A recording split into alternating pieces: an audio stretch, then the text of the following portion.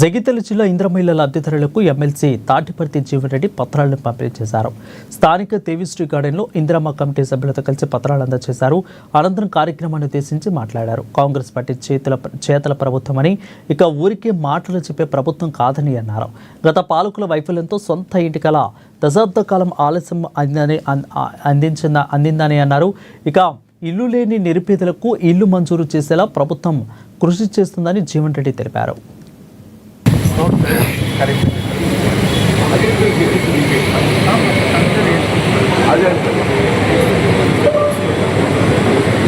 TRS party దౌర్జన్యాలు ఎదిరించి party బలోపేతం కోసం నిలబడ్డదో వారికి మాత్రమే ఇవాళ అవకాశాలు కల్పింపజేయబడే విధంగా ఎన్నికల్లో కాంగ్రెస్ పార్టీ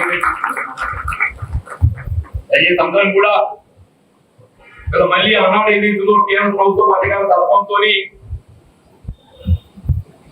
మున్సిపాలిటీ చేజిక్కించుకున్నా కానీ బలహీన వర్గాలు లభించాల్సినటువంటి మున్సిపల్ చైర్మన్ పదవి ఏ విధంగా ఏదైతుందో మరి అధ్యక్షురాలు మానసిక ఒత్తిడి గురి చేసి రాజీనామా చేసి సార్ పర్లేదమ్మా ఆమె ఎందుకు చేసింది ఏమో ఆమె కనుక మీ కనుక మరి మళ్ళీ భర్తీ చేయాలి కదా,